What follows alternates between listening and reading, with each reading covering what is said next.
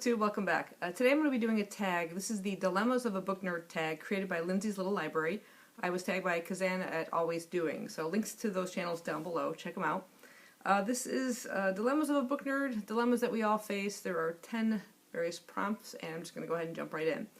Number 1 is storage. How do you store and organize your books? In a little known way that I like to call organized chaos.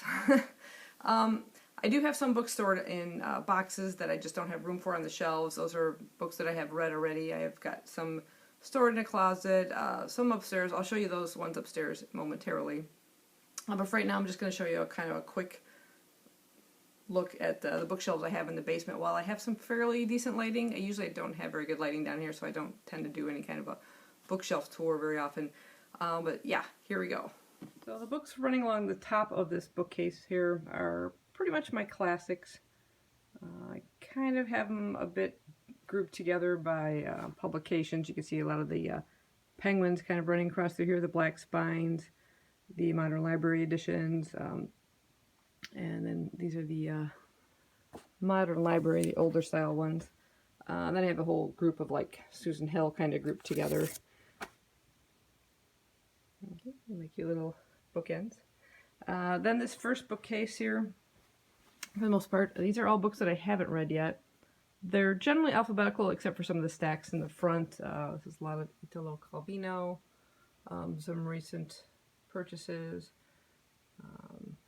some mass markets down at the bottom. But other than that, the kind of double rows of books from back to front are alphabetical by author. This middle bookcase are books that I have read. Again, same thing, pretty much alphabetized by author, with the exception of some of the stacks in the front. These are all the Anthony Trollope ones I've read recently. Skullduggery Pleasant. These are all books by one single author, Sydney Swanson. And then I've got some mass market ones kind of tucked away in there. But these are all books that I've read. Then this third bookshelf is a little bit of a mishmash. It's mostly books I've read. A lot of the middle grade ones through here, and some graphic novels, biographies, oversized books, some travel books down in there. More graphic novels through here, and then like a whole bunch of Doctor Who and graphic novels in the background there. Not really organized alphabetically or anything, more by category, and I haven't quite read all of these like Doctor Who ones or even some of these graphic novel ones here, but for the most part I've read like all of this down here. I'm kind of also in the middle of a book unhaul. I've got like boxes and boxes of stuff I'm unhauling right now. I'm going to be selling those off. Some, well, kind of peek in here really quick if you want. There's lots of manga, some old YA stuff that I'm no longer interested in keeping. There's quite a bit of manga. You can see that there's more manga in here. I'm actually even getting rid of my Titanic collection. I think it's time to move on. Some art books and stuff. So yeah, a little bit of chaos going on here right now. Okay, now upstairs in my bedroom, this is a view you'll see in a lot of my videos. This is like the backdrop behind me. Up here I keep a lot of Doctor Who books. This first kind of horizontal stack is a Shirley Jackson collection. The next 2 stacks are books I haven't read yet. Actually 3, because there's the rest of the Skullduggery Pleasant ones I haven't read yet. And pretty much all my Sherlock Holmes books, and then there's this Harry Potter box set. These stacks here are ones I am currently reading, ones I have set aside for the Reading Rush readathon, and then a book that I have just recently finished that I have to talk about in one of my updates. The only bookcase I have in this room is this skinny little one here, Doctor Who stuff on the top, got some manga, more manga, even more manga, and then a huge sort of Jasper Fforde collection. And then I also just have a tiny little crate I picked up from work, and I had more manga stored in there, and then some books I need to bring downstairs on the shelves. Okay, dilemma number 2 is tracking. How do you keep track of what books you read and what books you own? For the most part, in terms of what books I've read, I use Goodreads. So I set up a Goodreads goal for the year, and it keeps them all kind of together there. And I can always go to that challenge and see what I've read so far for the year. At the end of the year, I can kind of tally up, like, how many books in different genres that I've read. In terms of what books I own, it's pretty much up in here. I don't keep track of all the books I've purchased. That would have to keep updating that thing every time you unhaul books and stuff, and just not worth the trouble. Number 3 is borrow. Do you lend your books out? For the most part, that situation doesn't come up. I don't have friends that need to borrow books from me. A lot of my friends just don't seem to read or have access to books themselves. So it doesn't really come up very often. On the few times it has, I have loaned out books. It's been 50-50 whether I've gotten those books back or not, but I'm not opposed to loaning out books, but I think people need to be better at borrowing books and returning them. Number 4, buying. How do you buy or acquire your books? For the most part, in person, in stores. Usually the stores I'm working at. I do occasionally order things online if it's something that we don't have that I kind of want immediately.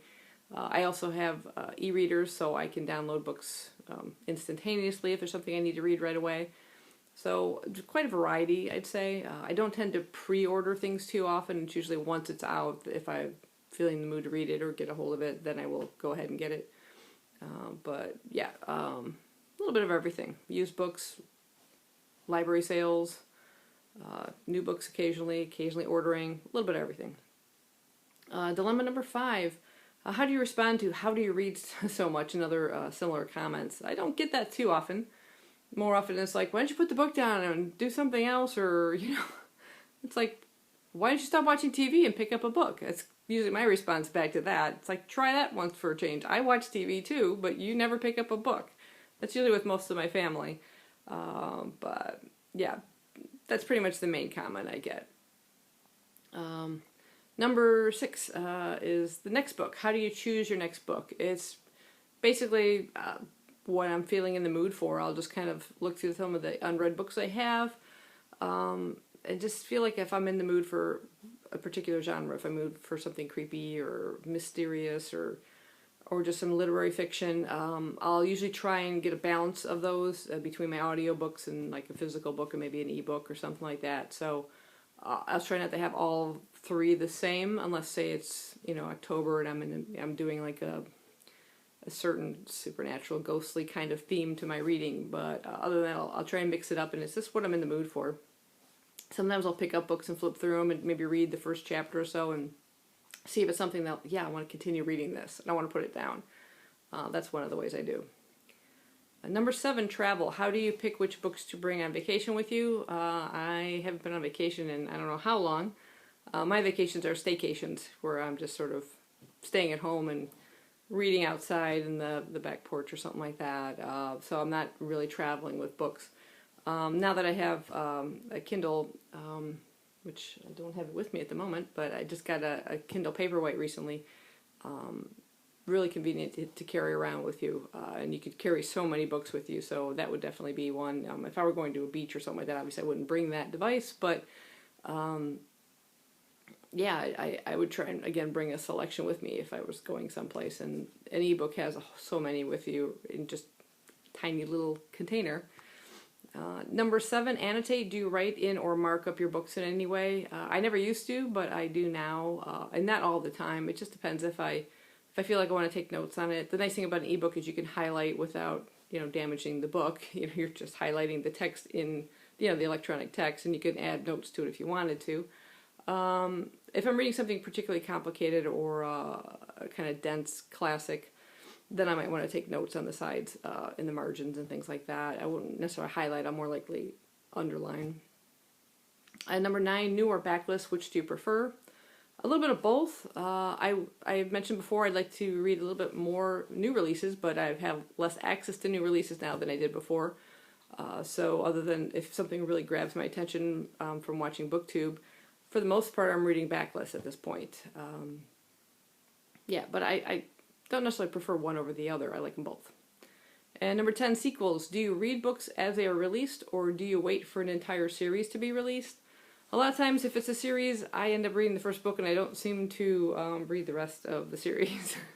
Admit, I think I did a video of that like a long time ago. I think, especially when I was reading more YA at the time, and almost every YA book that comes out seems to be a series.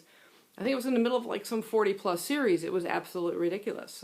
So depends if it's something good. I tend to will end up kind of reading it as it goes. I don't wait for all of the books to come out, but at this point I'm trying to avoid series as much as possible because that was just a nightmare. You know, you get all these things started, and by the time the next book came out, you'd forget some of the details, especially when you're involved in, you know, 40 plus series. I really prefer standalones. I think it's just so much nicer to be read and done. Although, you know, I'm in the middle of a 6-part classic series by Anthony Trollope right now, but that's done so well too, and almost each book is almost standalone, but the characters kind of continue, but it's like focused on a different group of characters, and so that works well. But yeah, I don't necessarily wait for all the books to come out. So anyway, that's the end of the tag. I'm not sure who I'm going to tag yet. I will put some names, I think, somewhere down here below when I get a chance to see who hasn't done it yet. So thanks for watching. If you guys are not filming your own videos and you want to comment down below as to your dilemmas in the booktube world, let me know down below and carry on the conversation there. Thanks for watching. Bye-bye.